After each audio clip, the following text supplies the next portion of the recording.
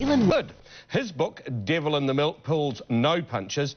It examines the link between one of the proteins in the milk we drink and a range of serious diseases, reviving the A1 and A2 debate that raged a few years ago, and claims the full facts have been kept from the public. Shortly, I'll talk to Keith Woodford and Carol Inkster from the Food Safety Authority, but first, what is the difference between A1 and A2 milk?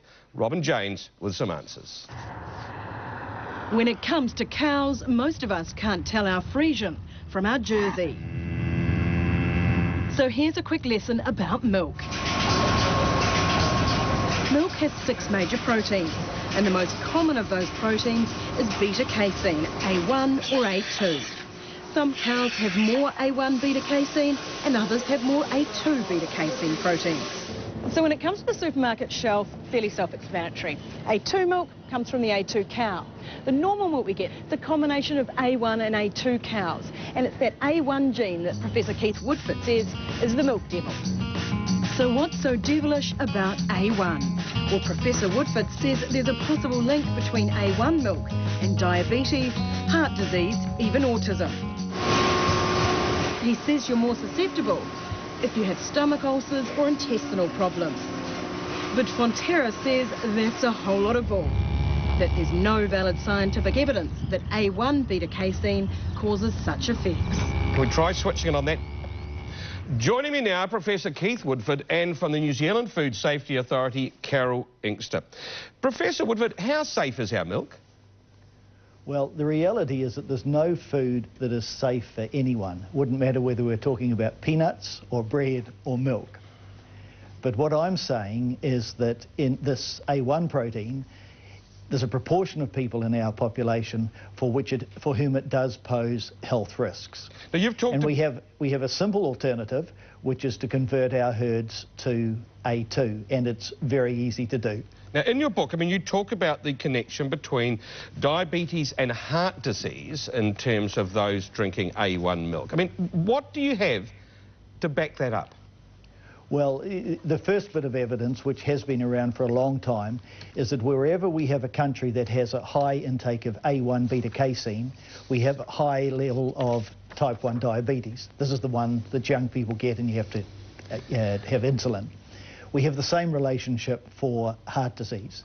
Now, for a long time, we didn't necessarily understand why that is so, but what I've brought together in this book is all the biochemistry and the pharmacology that explains why that is. I've also brought in all of the animal trials, which and the evidence there, and I've also talked about the immunology. So, for example, how diabetics have higher antibodies than do non-diabetics to this casein protein. Okay, Carol Inkster, is this something that you guys should be taking seriously? I mean, for a start, do you accept what Professor Woodford is saying?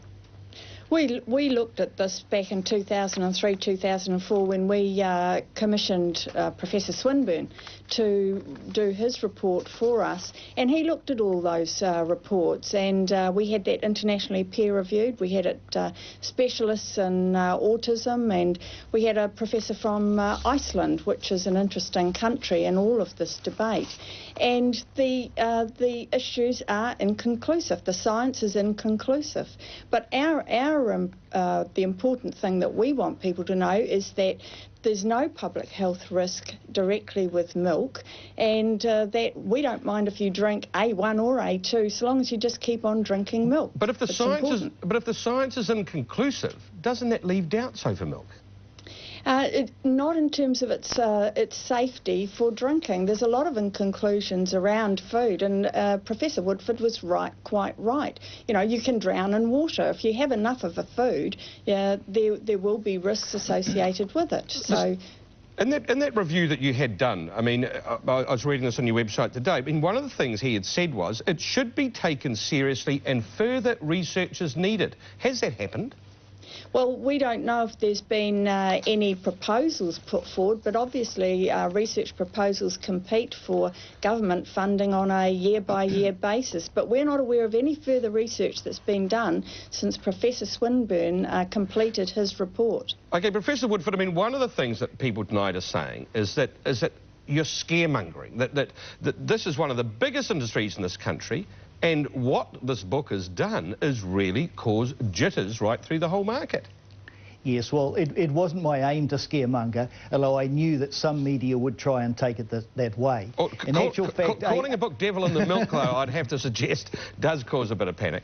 Yes, but let's recognise that this is also an opportunity, and it's an opportunity that the industry has neglected to date, and they've neglected it because of the concern of how to, on the one hand, promote A2 milk without having negative connotations about A1 milk or the ordinary milk. So that's the fundamental problem. And has the industry tried to quash this? Oh, the industry has been trying to quash this really for about 7 years. The problem is that when they first started squashing it, it wasn't quite so clear that A2 really was the way to go. And the problem is that once the industry's made a decision, it's very hard to go back on that as more and more evidence keeps coming in. Now, I just want to talk about this, that Carol Inkster's sort of saying that there's no more evidence that they're aware of. Well, they need to read the book. They might be surprised just how much evidence is there. They've had the temerity to put out a press release today which says that the book is not, the claims are not backed by scientific evidence. Well, this is just nonsense. The book is based around more than 100 papers that are in international peer-reviewed journals. But let's also recognise moving to A2 milk is an opportunity. It's something the industry can do. There's an awful lot of people out there. There mightn't be a huge percentage, but there's lots and lots of people out there that have huge problems with ordinary milk. Many of them can drink A2 milk. We get endorsements all the time coming to me from people. Sure. Look, I just want to bring Carol Inkster back in here just for a second, Professor Woodford. You're saying tonight that A1 milk is safe? Yes. Absolutely safe? Absolutely safe. Do you accept, though, that in terms of the research that's happened, there are questions that are raised about the incidence of diabetes and heart disease, questions that need more research? Well, I haven't seen Professor Woodford's book. Obviously, it's not out yet, and yes, we will be very pleased to read it. But we haven't been alerted to any further research, and obviously Professor Swinburne, we have regular contact with him, and I'm sure that he would have drawn it to our attention. So the important thing is to have choice, and Professor Woodford is quite right. A1 or A2, just drink milk. Isn't that the answer? Can I come in there? Yes. This business about Professor Swinburne, I was talking to him just a few days ago on the telephone, and he tells me that he's been right out of this for the last few years. But let me be quite clear. When the Swinburne report was released, Boyd Swinburne and I spent many hours together talking about the issues. He was enormously frustrated by the way the release was handled. He and I actually wrote a joint letter to Andrew Ferrier because we were very concerned that the messages getting to Fonterra were the wrong messages. Boyd Swinburne was not happy that his lay summary was not released.